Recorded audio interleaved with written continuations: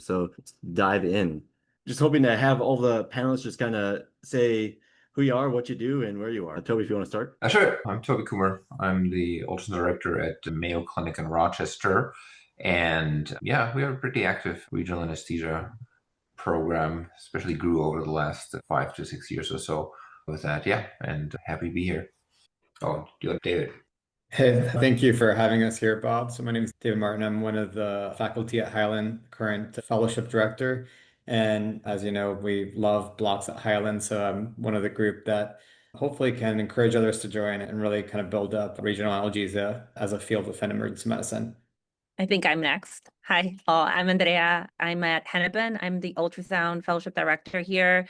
Yeah, big ultrasound nerd in terms of regional anesthesia. At Hennepin, we do some catheters and we've also done some cryoablations as well. And David and I together as well run some ultrasound fellowships in Latin America where they're also doing a bunch of regional anesthesia. I will pass it to Andrew. Hi, everybody. I'm Andrew Goldsmith. I'm the Vice Chair of Academic Affairs at Lahey Hospital outside of Boston. Great to meet everybody. Matt? Hey, my name is Matt Riscinti. I'm the System-Wide Ultrasound Director for the Denver Health Hospital System. I'm also the Fellowship Director here. We have a big nerve block program in our ED, but we've also been able to expand it across our ERs and urgent cares throughout the system in some interesting ways. So thanks for having me. Last but not least, Arun. I'm one of the ultrasound division directors. Okay. Awesome. Well, thanks for everyone to be here. So I thought it'd be fun just to kind of get everyone excited right away. I kind of just want to jump in to discuss what you think is kind of the hottest block that you have right now. What block are people just really not using that people should be using? Toby, you want to go ahead and start? Yeah, I think you have it on there. I think stellate ganglion block is definitely underutilized in resuscitations. And I think it has to do with opportunities to practice it and having a wide range of people that do resuscitations with that. But I think to have like several cases, and if the patient is fortunate enough that somebody said it can do it, then, I think it really benefits them. But that's probably the one block that I wish would be more utilized or more readily available for patients. I'll jump in next. So, I mean, I think obviously both of those blocks are quite interesting and have great applications. I think the genicular block has really taken off in our shop. Our physician assistants and mid-level providers really kind of have actually learned it quite quickly and been able to implement it. I think they see the bulk of people with chronic osteoarthritis. In terms of like the stellate ganglion, I think the downside, at least where I work, is that a lot of times when the patients come, they come already after 20, 25 minutes, 30 minutes of being in an electrical storm. So it's challenging to apply it, I think, in that patient population in cardiac arrest with electrical storm. In Latin America, it's a little bit different where, as Andrea mentioned, we run a fellowship. They have a lot less pharmaco or medications available for treating even like AFib FRVR. So there's other applications in terms of our fellows that have actually been able to use the stellate ganglia to kind of help treat when there is dysrhythmias. So it's a place where I think could be also novel, more so because of limited resources. I think jumping in for that, I think a lot of the cases that we've noticed a lot of success there is not in the people in cardiac arrest, but actually the people are in ventricular storm and still have a blood pressure. And so just anecdotally, that's kind of like how our fellows have used it down there. And I definitely feel like we've learned from that and applied it then here at Hennepin. We just did one yesterday in terms of a stellate ganglion. I mean, I think ESP is one that it's old, not old news, but older news. It's not there, but I would say, I think for visceral pain, that is definitely something that we also noticed we've used a lot more, both in Latin America and even here when people are boarding and they continue to have pain for something that perhaps will need surgery, but then keep giving them the opiates might have other risks. So I definitely think we tend to underutilize that. I'm going to be a little contrarian here. Sorry, Matt, go ahead. Before we move on, I'm going to be a little contrarian. I think that these are all great. I think if you look at the number of hip fractures happen in America, the number of blocks we get, it's still 10%, if lucky. I think we focus on all these esoteric blocks, which is great to talk about it. I think we should focus on large community to understand the utility and ease of use. Something as simple as an infrainguinal hip fracture block or something as simple as a serratus.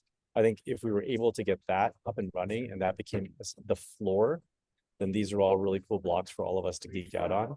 But I think that we are still missing the forest and the trees, and we're focusing on things that we need to look at the big picture, which is getting people to have this as a part of their care. I still think it's not done. Yeah, I agree with Arun. I was going to say gateway blocks like forearms and posterior tibials. I wish everyone was doing these all the time. Like urgent care, peds, like these are such great blocks to get people comfortable with needle guidance and just start doing really easy, safe things. And it's something that I absolutely push to my residents and then our APPs as well. Obviously, ESP is incredible. A lot of these are incredible, but like you, most people are doing fascial like ESP, but forget to like do a cool forearm block. So that would be mine. I agree with And both of you guys. I feel like in order to grow this field as a whole within emergency medicine, we have to take the easy wins, and all the data surrounding this is around fascia iliaca blocks and now rib fractures. And so when I think of panels like this, I think of how do we grow programs across the country and expand the use and volume?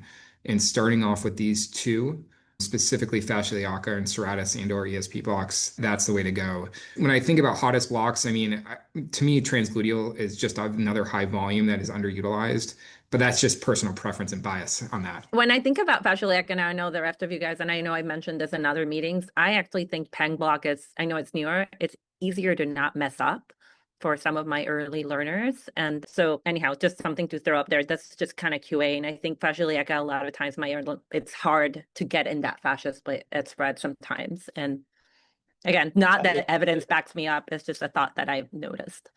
yeah, but this is all perfunctory, right? The key is to get ER doctors to get off their butts and do the right thing for patient. And two easy pathways to do that. And I think that everybody in the group who's hopefully interested in this space is to build pathways that allow it to happen. It's really easy to build for Matt to build a pathway that makes him the smartest person in the room and seem really cool because he can do magic in front of the residents. But what he needs to build is a pathway, which he's doing, and I know he does this, is that people outside of his space can do the same thing with similar results, with ease of use and in their workflow. It can't take 45 minutes to do a specific block. Do you think there's some component of getting buy-in, not just from institutional buy-in, but like getting the providers to really see the benefit of this? So that's where like, I think the genicular, the fact that now our APPs that were before kind of opiates, prescribing all this other stuff and having the patient kind of hobble out of there and they haven't done as many blocks, that's something that can be helpful. And going to Andrew's point, that's why I think the transgluteal to some extent, even though I would consider it an advanced block, it's definitely a harder block to do. But we've had providers across the bay that work at other institutions see our residents do it there and have the patient go from being in a CDU or admission for intractable pain to walking out of there. And when I've done that block, I think it does kind of give you that buy-in that maybe is not as evident when you have like a hip fracture that, a lot of docs will say, well, I just admit those and they go and they're sitting comfortably in bed and where it doesn't really drastically change kind of I think their disposition. So having some of those wins is important to also get the providers to buy in. And I think that's one of the challenges too. We can talk about kind of when we use this for avoiding procedural sedation and trying to see how we can actually motivate people to do a block in terms of potentially a higher risk procedural sedation or even just a higher labor intensive procedure with requiring sedation. Thanks. And one thing I just kind of like what Andrea said, I think any of these blocks where you're just coming needle to bone, it just always feels easier and it's always easier to come needle to bone. So I do really kind of like these. I think genicular plays well into that. And David, you're saying like APPs are doing this like very, it's such an easy learning curve for some of these. I think they can also be really good in addition to what Arun was saying. Okay. Any other thoughts or comments about kind of like underutilized or hottest blocks? All right. Let's jump on here. So let's talk about safety, which is always super huge. And I mean, I think even, more established programs are constantly kind of revisiting how do you do this safely and what can you do to kind of avoid complications. So one thing that we kind of ran into with our safety is for the lipid emulsion, you're supposed to use that filter to reduce the chance of getting like a fat embolism. So we actually realized that we actually didn't even stock the filter that's supposed to go with a lipid emulsion for any indication to use a lipid emulsion. So we kind of had to do this big scramble, and the tubing that we had is on the right that has the appropriate filter. So that's only stocked in like certain weird pharmacy areas. So there's a couple like little nuances that kind of play into this whole safety thing. So one thing I just kind of want to start off with, how are y'all calculating your maximum safe dose? We have an automated order set that we built that pulls the patient's. We're talking about anesthetic, right? Yeah. Yeah, we have an automated, it's pulling the kilograms from the patient's chart if it's updated. And then it is calculating 50% of the max dose automatically and then orders that. That order set also will order a IV and cardiac monitoring if they're volume dependent blocks or large blocks ESPs to mitigate risk. I use MD Calc, just easy right there and then. I've used order sets before as well. I think in addition to Matt's order set, I think I took this from Joe, which was the intralipid order set as a PRN order to be ready just in case for large volume blocks. That way the nurse is aware of it just in case of where to pull it. We use things like Safe Local or something, so either MD Calc or Safe Local, but we have order sets as well. With that, it also kind of depends on what kind of block it is. If you think it's like more vascularized, I think there's safer regions and less safer regions with that, and kind of taking that into account as well. But you're trying to stay obviously way below the maximum dose. Yeah, we do the same thing. MD Calc or Safe Local. We teach all of we have like an annual radio anesthesia cadaver and model lab for all of our providers, residents, PAs, and attending. So we are trying to get buy-in from everybody. And that's a big part of the beginning is kind of like safety. For catheters, that is just the ultrasound fellowship trained attendings, then there's an order set.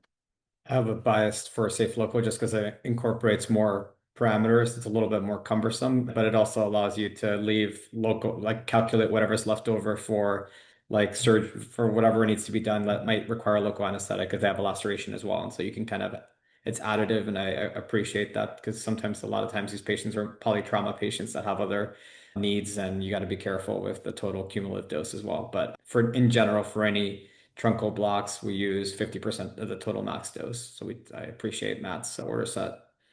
I'll just piggyback off that. The one thing I really like about the Safe Local app too is so it also allows you kind of use multiple anesthetics at the same time. So, if trauma did a chest tube and they use Lido with epi, you can then on the back end use, BPIV or ROPIV to figure out what's safe left to give. And I do appreciate that part too about that. Yeah, and then kind of as mentioned too, Matt was mentioning that he's kind of only going up to for high volume fascia plane blocks, he's going up to 50% of kind of your maximum volume for a safe dose. Do y'all have any other practices in your shops in terms of what you're using for a maximum dose? Picked off for a second, Matt. So Matt may have explained it, but that 50% came from us kind of reading the literature and talking about it as a group. And it was because of the retrospinal plane boxes. Did you mention that, Matt? No. Okay, it's really just a guess from us. And it's because of the belief the absorption of systemic, because your spinal block may be just a systemic block. You're just jumping into the vasculature, which is the thorax, which drains into the heart quickly, and also because of lymphatic drainage. So that theory, which is a theory based on data that people were drawing bloods off of post blocks and looked at spikes in levels, is kind of something that's more just us talking out loud, which doesn't have any data behind it at all. It's just like, I feel it's just a safe way of doing any block close to the chest or any block in the abdomen has a high rate of cardiac reabsorption. So in those blocks, giving half dose slowly, and that means in between each push, you wait 30 seconds, which is very hard for an ER physician, is probably the right thing to do. I have a question for you guys. Do you think there's a difference between Ropi and do you think ropivacaine is safer?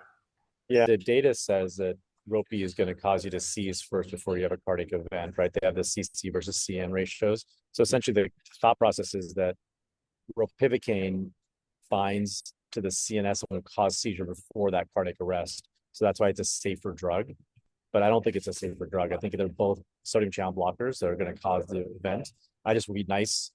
We had a case, and it's nice when the person seizes, so you know that you can change your underwear and push the intralipids, rather than having the cardiac arrest happen first.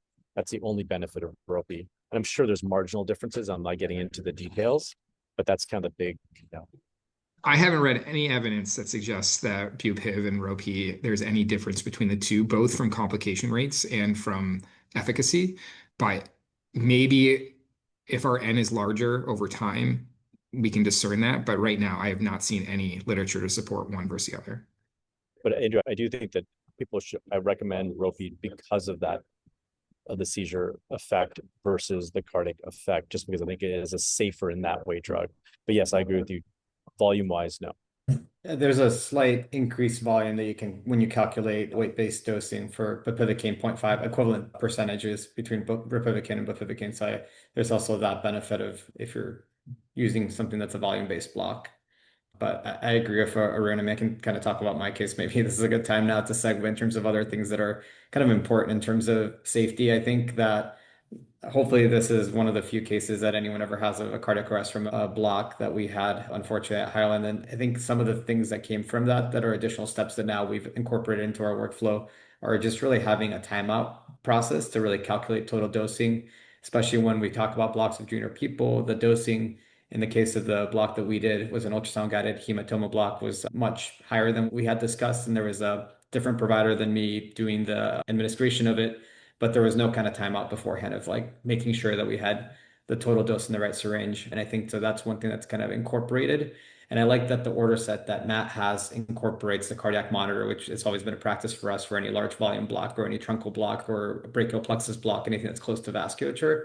So the patient was on that and did have an IV. But one thing that would be helpful is just making sure that you're ensuring that's part of the workflow beforehand during your timeout, right? They're on the cardiac monitor, they have the IV in place, and that you have intralipid somehow readily available, and that you're familiar with how to administer it, right? Which I think in the moment you have to just think simple numbers, right? Like what's a simple number of what you're going to draw up, how you're going to draw it up. Most patients that are adults, again, I'm not talking pediatrics, it's going to be 100 mLs, which is why we have the 250 ml syringes right there. So just drawing that up and pushing that directly into the patient as you suspect any sort of symptoms of last. Our patient, as Arun mentioned, did have a seizure-like episode beforehand. So I mean, I think we all knew exactly what was going on when we also discovered that the patient got twice of what we intended to give of the ropivacaine. And so I think those things were really helpful in terms of understanding the kit. I'll tell you in practice, like when we open up this kit, of course, like the filter needle and things had fallen out of the kit. We couldn't find it. Everything's a little chaotic, right? As the patient's seizing and you're trying to do multiple things at once. So obviously, I think there's probably some role of like simulation or at least just having someone be familiar with what does intralipid look like?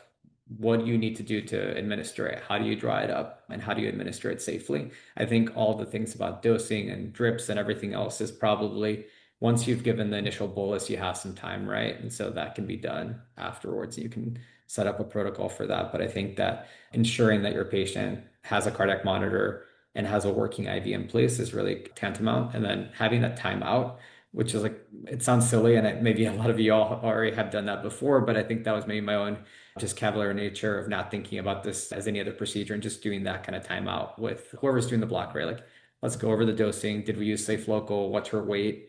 And has anything else been administered, right? So just having those things can really kind of help hopefully prevent this from happening again. One thing I'll offer as well, both Matt and I, my name's Joseph Brown, sorry for being a little bit late, coming from University of Colorado. We have very similar order panels, and we've also incorporated bupivacaine with epinephrine into the panels to try to help avoid this as well. And so it obviously adjusts what your safe dose is. And so especially for large truncal blocks or larger volume blocks, these are now sort of incorporated as our standard of practice, which helps to avoid this as well. Awesome. Thank you. Does anyone else just want to comment on, particularly their order set? And then also one thing too is that does anyone have any kind of robust amount of nursing education? Because I feel like nursing, sometimes that could be just kind of a lapse. And if your nurse has no idea what they're doing, or if the order set tells them, shows, put them on the cardiac monitor, but if they don't have a purpose to it, I think they're less likely to do that. So just curious to see what y'all have in terms of order sets and in terms of nursing education with your block order sets. If you do, cardiac monitor and your interval of vital signs and how long you observe them in general. And we sort of, it's part of our timeout. I think timeout is super important. I think it's underutilized, especially in things like that. It's part of our timeout, to make sure we're on the cardiac monitor as well. We have the advantage, we're a very high resourced environment. So we actually have a pharmacist, that verifies all the orders and things like that. So they keep an eye on it. They caught several cases where the residents kind of over-ordered the medication, and that kind of gets caught there.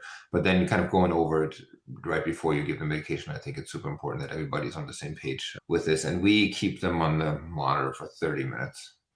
Yeah, in practice, we do 30 minutes, but most patients that get a block, if they're in a monitored bed, they stay in that monitored bed. So, but the 30 minutes is the minimum for patients that are going to be potentially discharged from their block.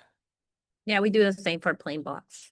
we don't necessarily do that for some of the brachioplexics that I know some of the other groups do.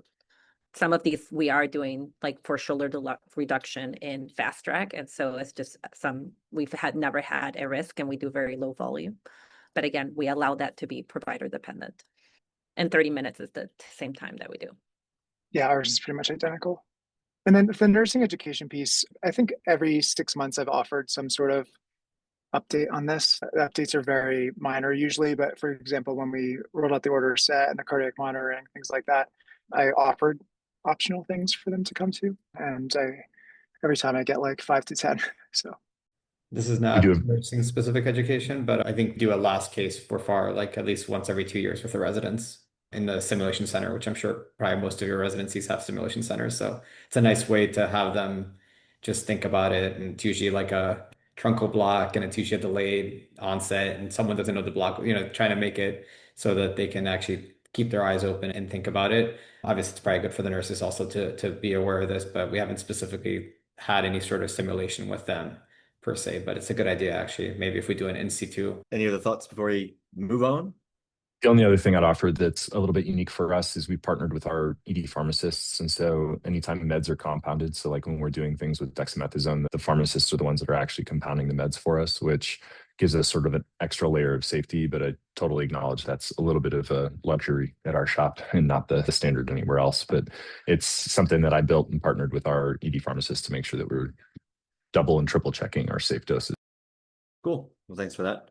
Let's move on to implementation. So actually right now, I'm part of the Cleveland Clinic system, and it's kind of an interesting situation where at our main, shop where we have all of our residents, we have a decently established block program, but the Cleveland Clinic has me rolling out all these like, non-academic sites, kind of across like 13 different hospitals. And, I'm sure there's a lot of other places in similar boats. And kind of one of the big questions is, how do you tackle that? And what blocks do you start with? And kind of one of the big questions is there are some people that have, done blocks during residency and they're probably fine just to start doing blocks and probably credentialed for blocks. But, these people that, graduated 15, 20 years ago and have never done a nerve block in their life, one of the questions I'm sure a lot of their shops are kind of wondering is, what is the bare minimum that these providers should do before they're just kind of let out into the wild to go stick needles in people? So I'm just kind of curious what everyone's thoughts are on that. can I suggest Joe answer? I think this is a great question. I will offer that at University of Colorado right now, we have sort of folded this into our general ultrasound credentialing, and it's a bit up to provider experience and confidence to incorporate this into their practice. And part of the reason that we did it that way is similar to other ultrasound guided procedures. I think, we don't have a demonstration of competency for ultrasound guided central lines, other procedures. And so we didn't want to make something unique for ultrasound guided nerve blocks. That being said, one of the big efforts that we're currently working on, and a number of us on this call are a part of, is a large Delphi study that's incorporating ED POCUS experts, medical education experts, as well as some anesthesiologists to try to answer this very question and what we think is sort of the consensus statement on what is competency and how many should you do before you're let out into the wild, as you said, to do this. And so I think this is a question that comes up every time at a national conference that we're all teaching at is, my credentialing committee is wondering what I need to do to be able to do that. And so keep your ears peeled. I think hopefully we'll have this out pretty soon and sort of let out the consensus statement that we had on this.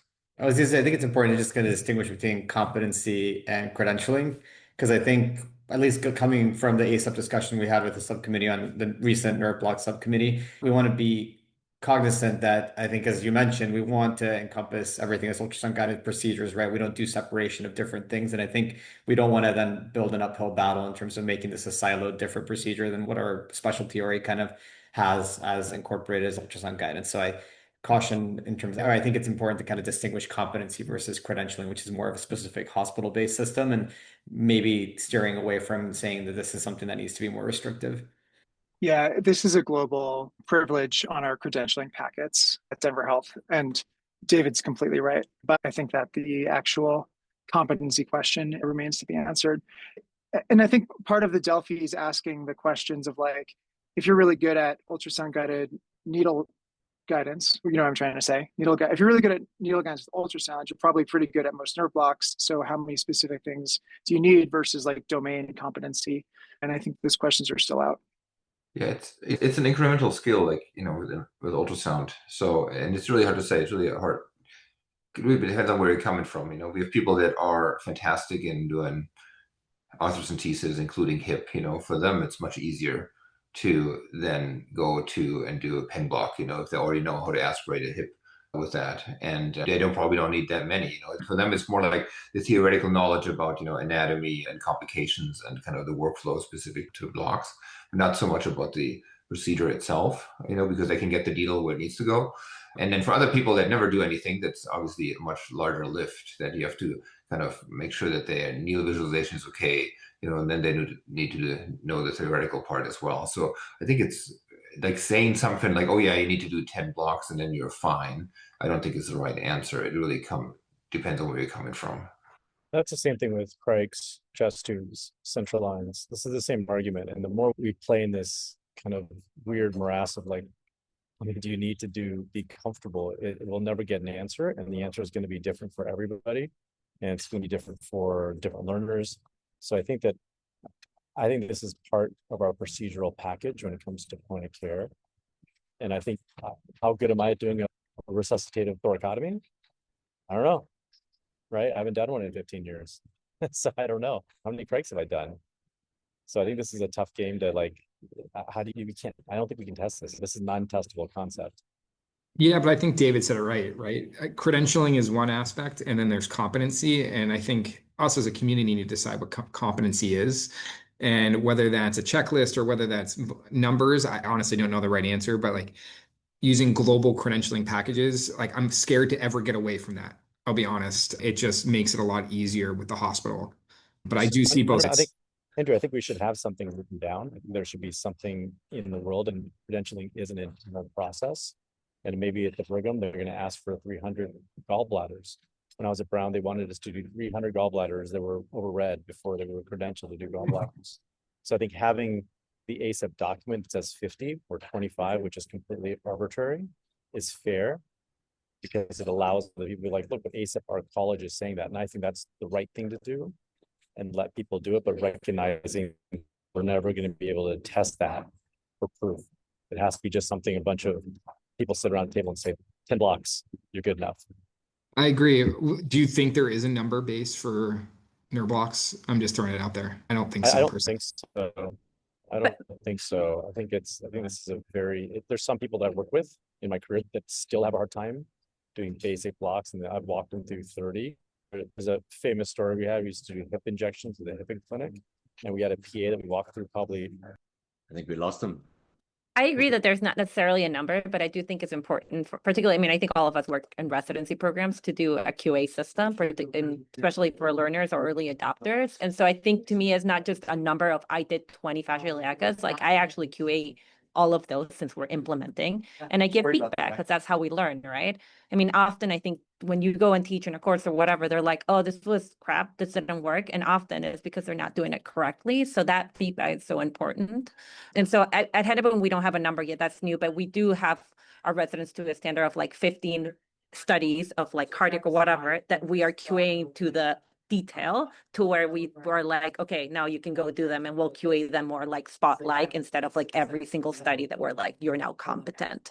And with blocks it's a little tricky because we're not just doing one kind of block, but I do think there's a little bit of the dexterity of visualizing your needle, knowing your target. And then like, if you just, once every, however, you're getting updated with like new blocks, and even us experts, we're learning new blocks as we go, right? So again, I agree with no credentialing, but competency, that's something that we should definitely look into.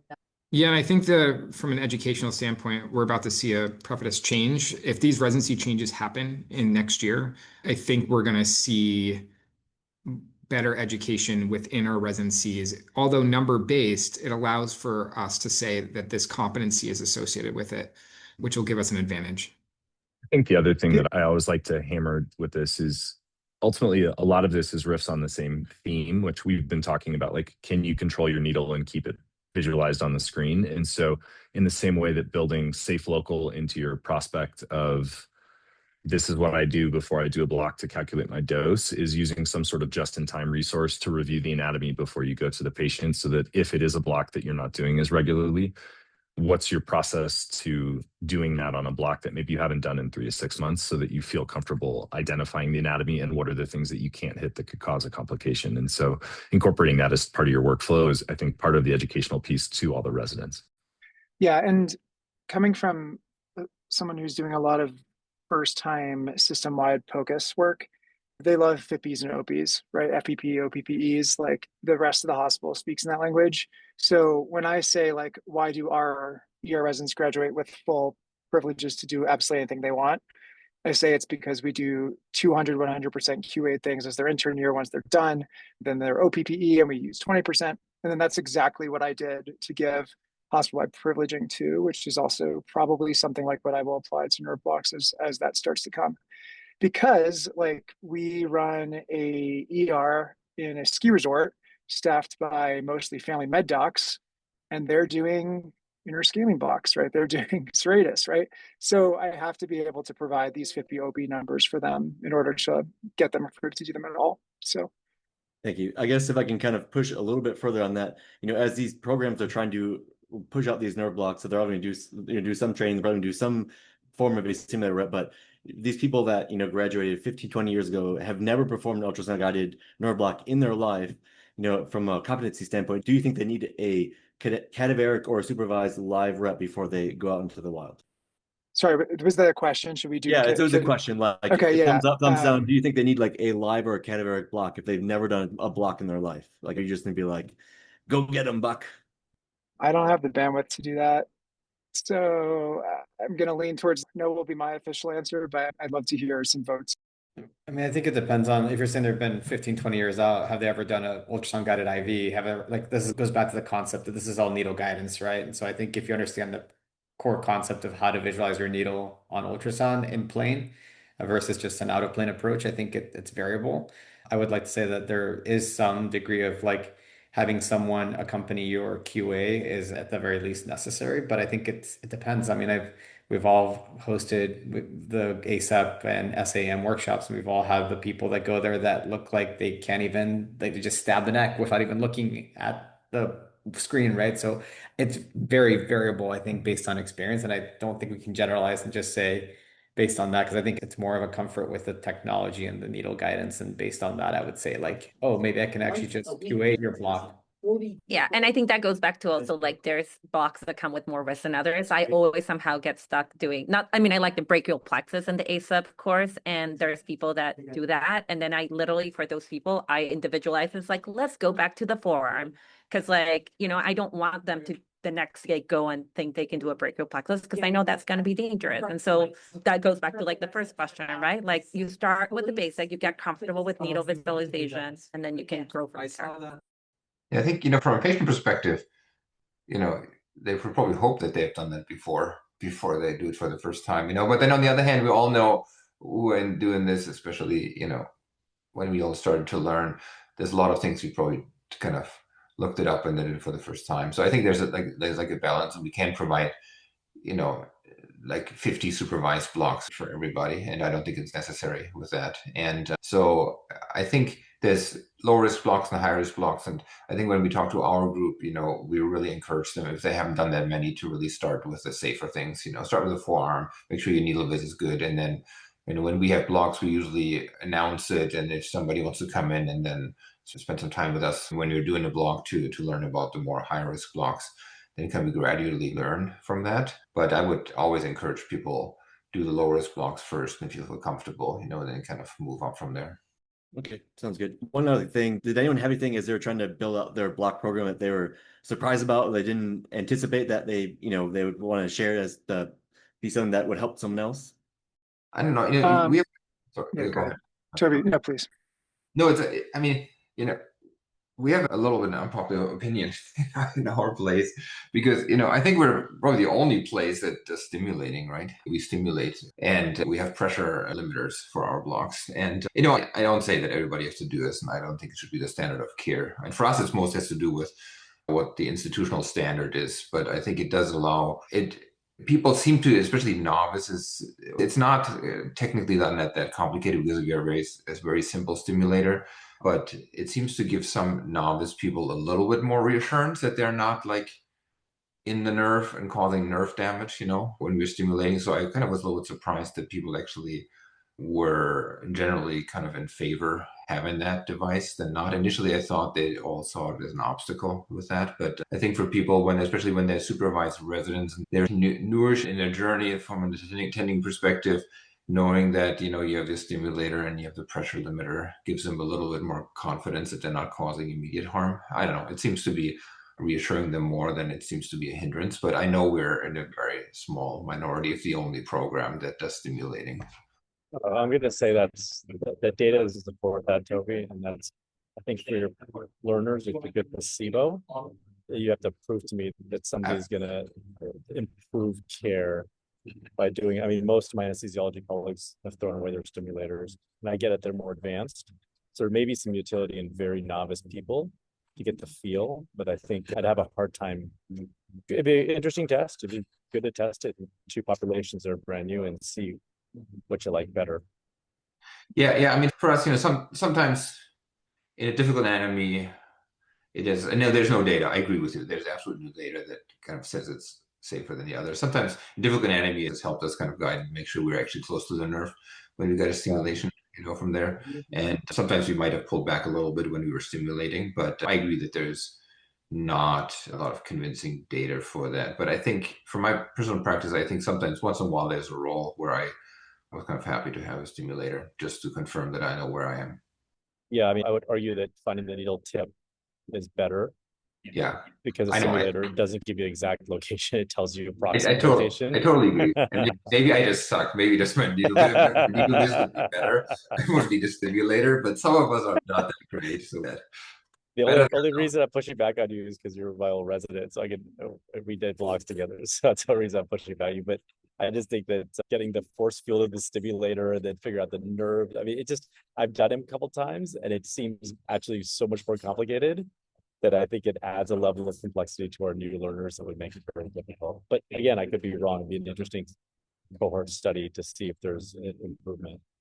Bob, the one thing I'd add to this would just be if you're starting a program from scratch, there's a lot of us on this call that have done that and have built things like the order panels, the clinical pathways, the interdepartmental agreements that, don't feel like you have to start from scratch. I think that was one of the things that I took away is like, we all want to make this a thing nationally. And so don't start from zero when there's a lot of people that have learned from mistakes and can help you build all this stuff from an IT perspective and from sort of a collaborative experience. And so lean onto the community so that we can help and share some of that stuff with your departments.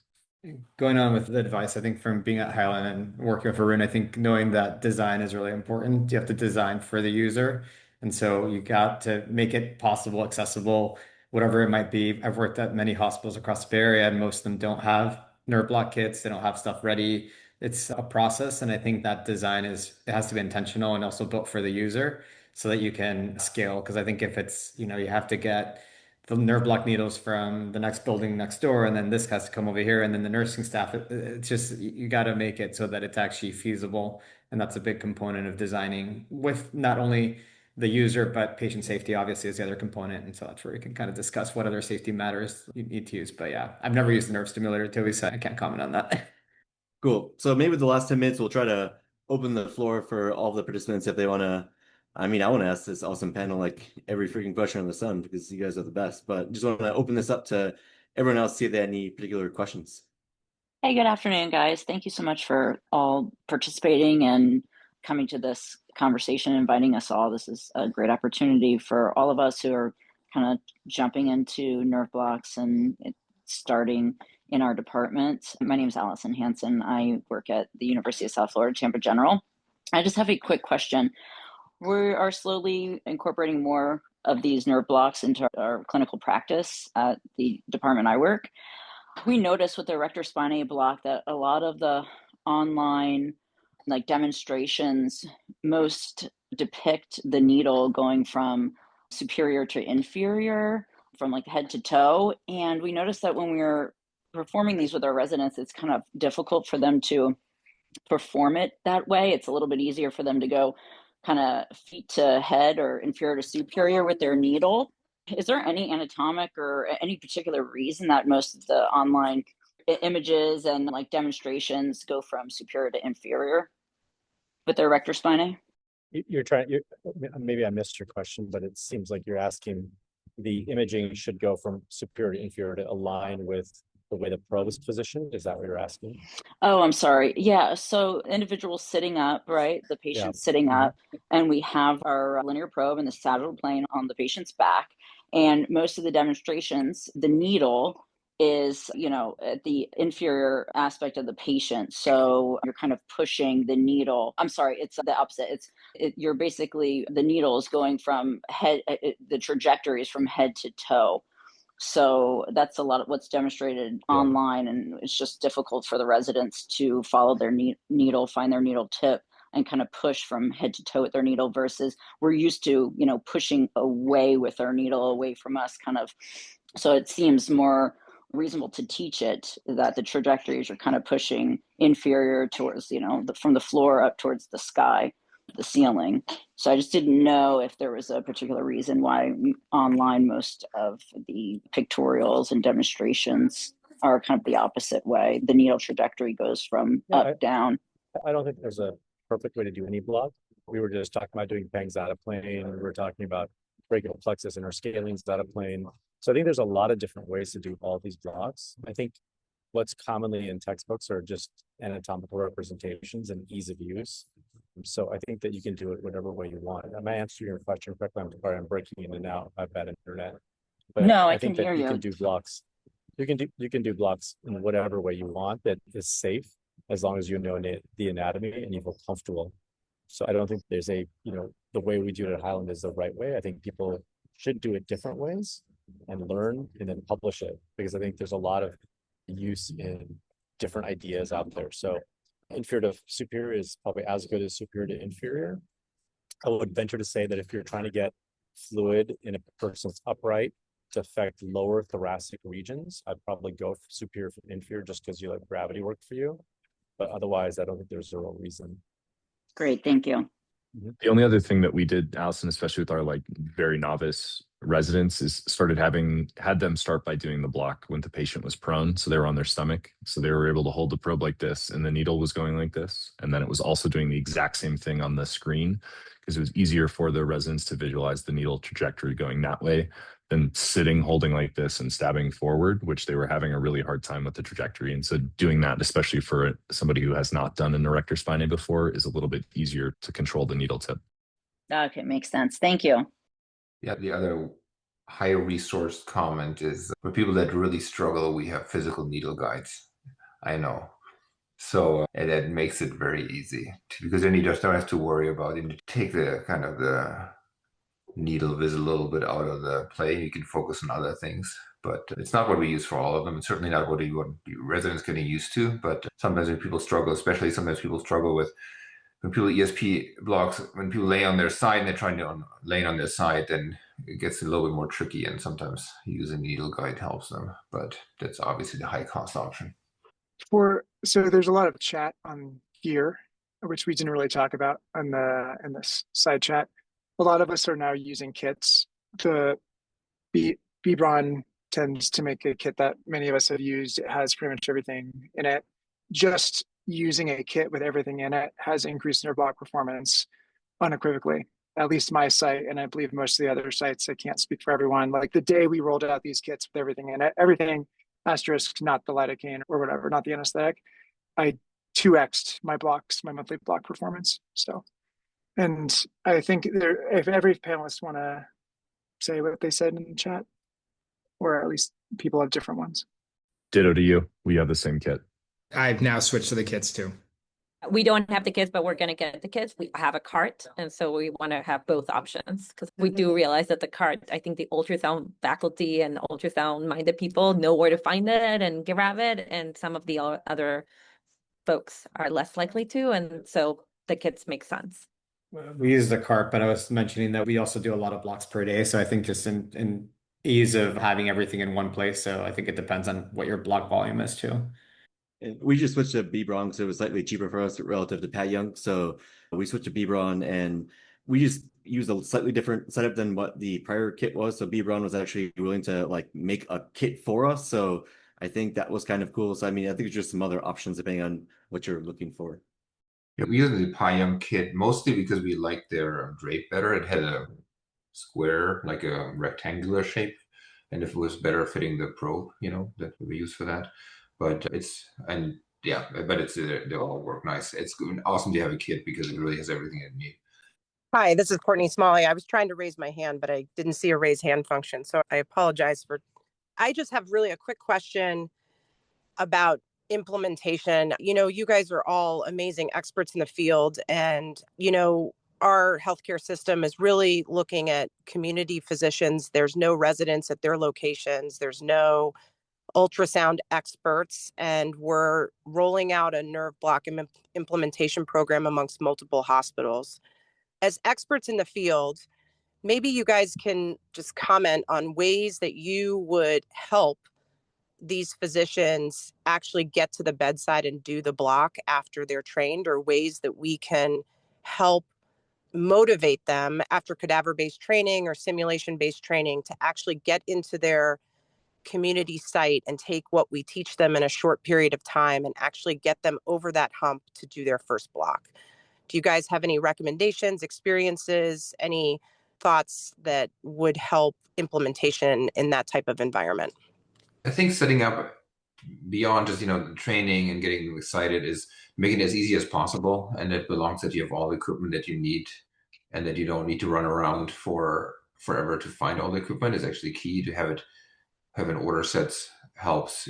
Having easy documentation helps. The things that go around block beyond just doing the block itself, but really trying to get in as easy as you can, have easy access to echogenic needles and things like that, I think is sometimes helps kind of lower the threshold to do the block. And then other than that, to kind of see if you can, people usually do blocks because they experienced it or they've seen the success stories and they want to do this for their patients, and to kind of get them exposure to that also helps. Yeah, and hey, Courtney, there's a Blockheads talk tomorrow, which we just put in the chat. The speaker tomorrow, Dan Zakola, is a community doc who only gets paid on RVU basis. He has no ultrasound training, and he's going to have really interesting things to talk about this topic tomorrow. Him and then one other person in that group have the highest RVUs in their entire group, and it's because of nerve blocks. And I think he can probably talk about how he works it in a little bit more. So I imagine that is a narrative you could use, but I'm not sure if that answers your question or is a reasonable suggestion, or if it's just an obvious one. So I also think, building on what David had said before, I think beginning with sort of the user in mind and making sure that all the things like the interdepartmental agreements and all of the sort of any possible hangups are already dealt with on the front end is probably the other thing to streamline doing them, so that people don't feel like they're practicing out of scope or having any other issues. As experts in the field, is there any, as we implement this out, is there any data that you would recommend that we collect on community physicians and implementation for the greater ultrasound community as we try to implement this in non-residency based, non-fellowship based locations? And Courtney, just to clarify, you're not just giving them a course and letting them go, right? You guys are going to be QA and all their images and providing other level of support, because I do think that's also very important if they're part of your system. I will tell you, this is not community, but with the work that we do internationally, like, we do tele ultrasound and we guide them on those procedures and we QA all their images. And I think that feedback then allows them to feel more comfortable and grow when we don't work in the same site. And so again, depends, I think, for example, Dan, who was going to print, like, he was good. And I think he probably didn't need all of that.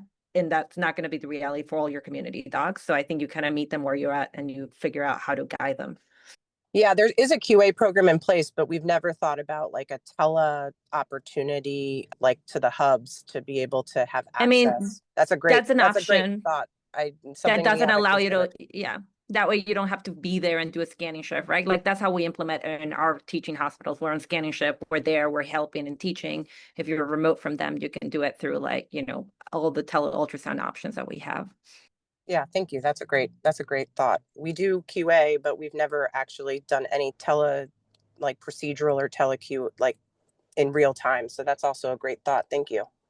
And we're chatting this, but we would love for community sites to join the National Nerve Block Registry. And the Nerve Block Registry came up with like a expert consensus best documentation template too, which we could actually, I think you have Epic, I can't remember, which we could actually send to you, and then your people can just put into Epic ready to go. And that's your data collection instrument. So Yeah, that'd be great. We'd love to be a part of that.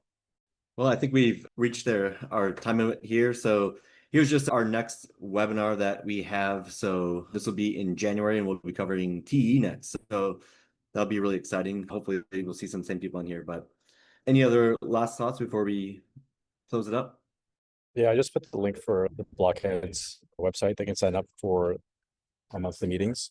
We purposely have us sign up rather than we would get tons of spam on our monthly meetings.